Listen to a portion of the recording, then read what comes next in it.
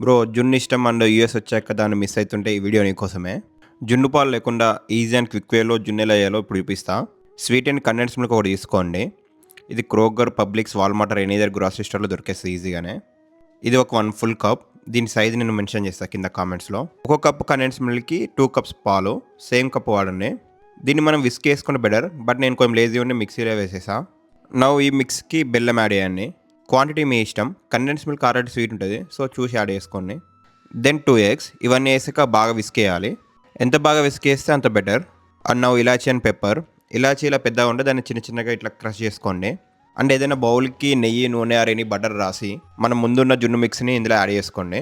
Now దానిపైన ఇలాచీ and pepper mix చేయాలి.